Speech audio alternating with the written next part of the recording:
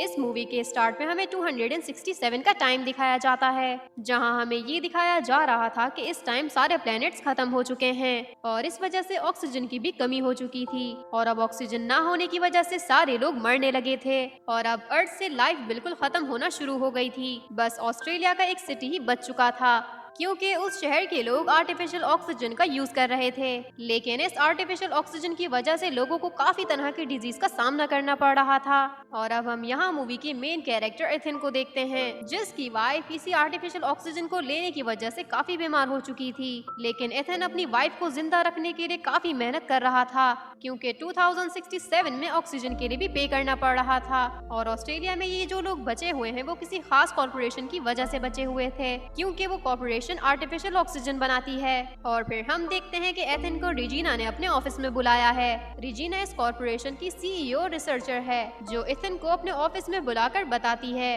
कि इसी तरह अगर ये डिजीज हर जगह फैलती रही तो हमारा बचा हुआ शहर भी खत्म हो जाएगा और वो एथिन से कहती है कि अब तुम ही हो जो इस दुनिया को बचा सकते हो। ये सुनकर एथिन काफी ज्यादा घबरा जाता है, लेकिन फिर रेजिना एथिन को एक लैब में लेकर जाती है। यहाँ एथिन के साथ एथिन का एक फ्रेंड भी था। उस लैब में जाने के बाद उन दोनों को एक टाइम मशीन दिखाई जाती है और यहाँ एथिन को बताया जाता है कि ये टाइम मशीन एथिन के फादर ने बनाया था और रेजिना एथिन से कहती है कि ये मशीन सिर्फ तुम ही चला सकते हो क्योंकि इस टाइम मशीन को एक्टिवेट वो घड़ी कर सकती है जो तुम्हारे फादर ने तुम्हें गिफ्ट दी थी। एथिन जब उस वॉच के बारे में सुनता है तो वो फ्लैशबैक में चला जाता है और फिर उसे याद आता है कि उसके फादर ने उसे एक गिफ्ट दिया था जो कि एक वॉच थी जिसे उसने जब पहना था तो उसके हाथ से बहुत ज्यादा ब्लड निकलने लगा था और उसके फादर ने ये कहा था कि वॉच तुम्हें पहचान दिलाएगी, इसे तुम कभी भी खुद से अलग मत करना। लेकिन इस वॉच के बारे में एथिन को कुछ भी नहीं पता था और रिजीना अब एथिन को बताती है कि इस टाइम मशीन से एक मैसेज आया है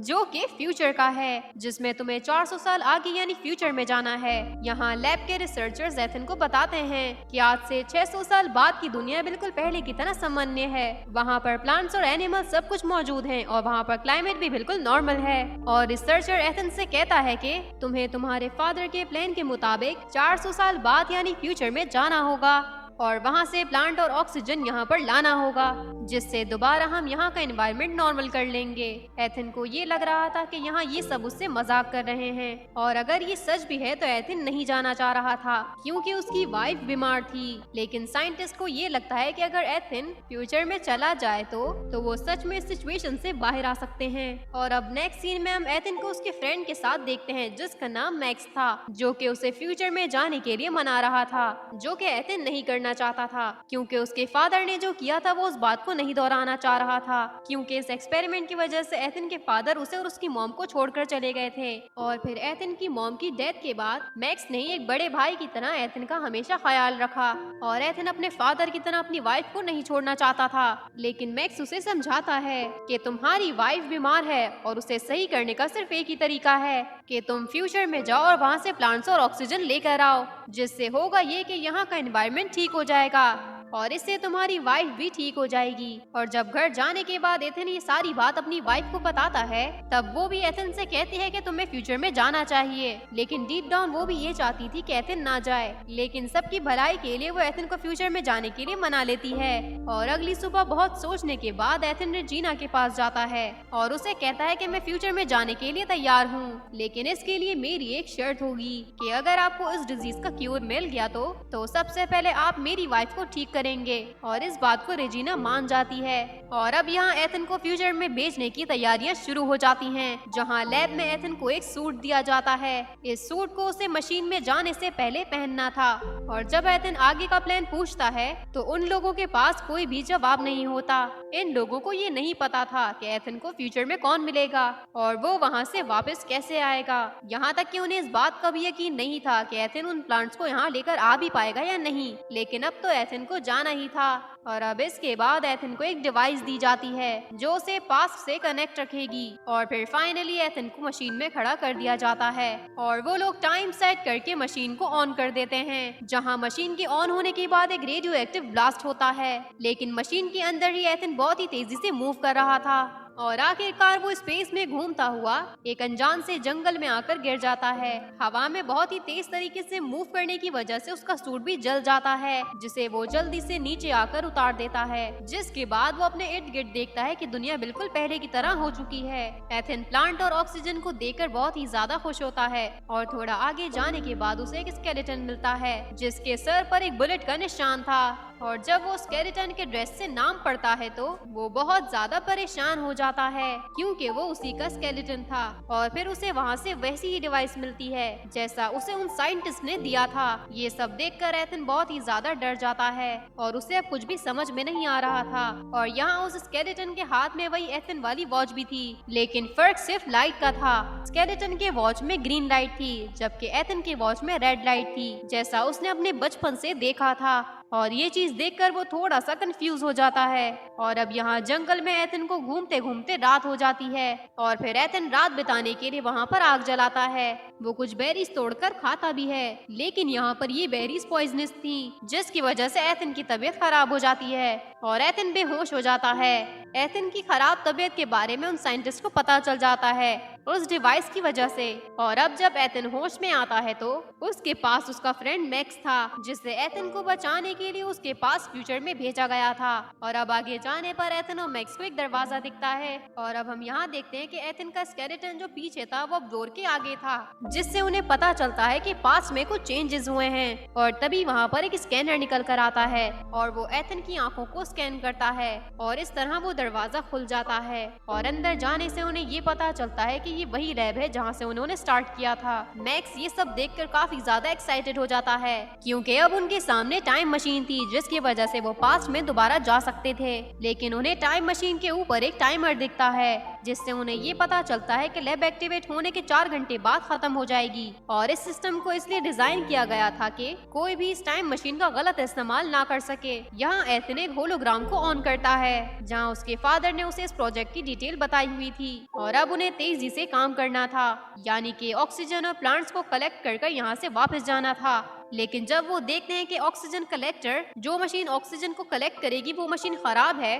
तो वो लोग बहुत ज्यादा घबरा जाते हैं क्योंकि उन्हें इस मशीन को ठीक करके 4 घंटे बाद जाना था, इसलिए उनके पास टाइम बहुत ही ज्यादा कम बचा था। यहाँ उन्हें बाहर जाने पर पूरी सिटी प्लांट से कवर दिखती है, जगह जगह पर इंसानों की हड्डियाँ मिलती हैं। इससे उन्हें ये पता चलता है कि इंसान के मरने के बाद ही इन्वायरमेंट बेहतर हो गया। और फिर एथेन अपने घर पर जाता है और अपनी वाइफ के स्केलेटन को देखकर बहुत ही ज्यादा इमोशनल हो जाता है। और फिर एथेन को जो फ्यूचर में डिवाइस मिली थी वो उसे ऑन करता है और उसे पता चलता है कि मैक्स ही उसे शूट करेगा। और ये रिकॉर्डिंग मैक्स भी सुन लेता है। ये सुनते ही वो अपनी गन निकालता है, लेकिन एथेन उसे ऐसा करने से मना करता है। वो मैक्स से कहता है कि वो मरने से पहले उस मशीन को ठीक कर देगा। अब वो लोग फिर से लैब में आते हैं जहाँ उनके पास सिर्फ 37 मिनट से बाकी थे। अब यहाँ एथेन दोबारा अपने स्केलेटन को देखने जाता है कि क्या मैक्स को रोकने से उसका फ्यूचर चेंज हुआ है या नहीं, लेकिन वो देखता है कि उसका स्केलेटन अब भी वैसा वहीं पर था, जिससे उसे पता चलता है कि फ्यूचर अब भी चेंज नहीं हुआ है। वो फ्यूचर को जानना चाहता था, इसलिए वो अपनी डिवाइस से बैटरी निकालकर उस फ्यूचर वाली डिवाइस में लगाता है जहाँ पर उसे वो वीडियो नजर आती है जिसमें मैक्स ने उसे मारा था।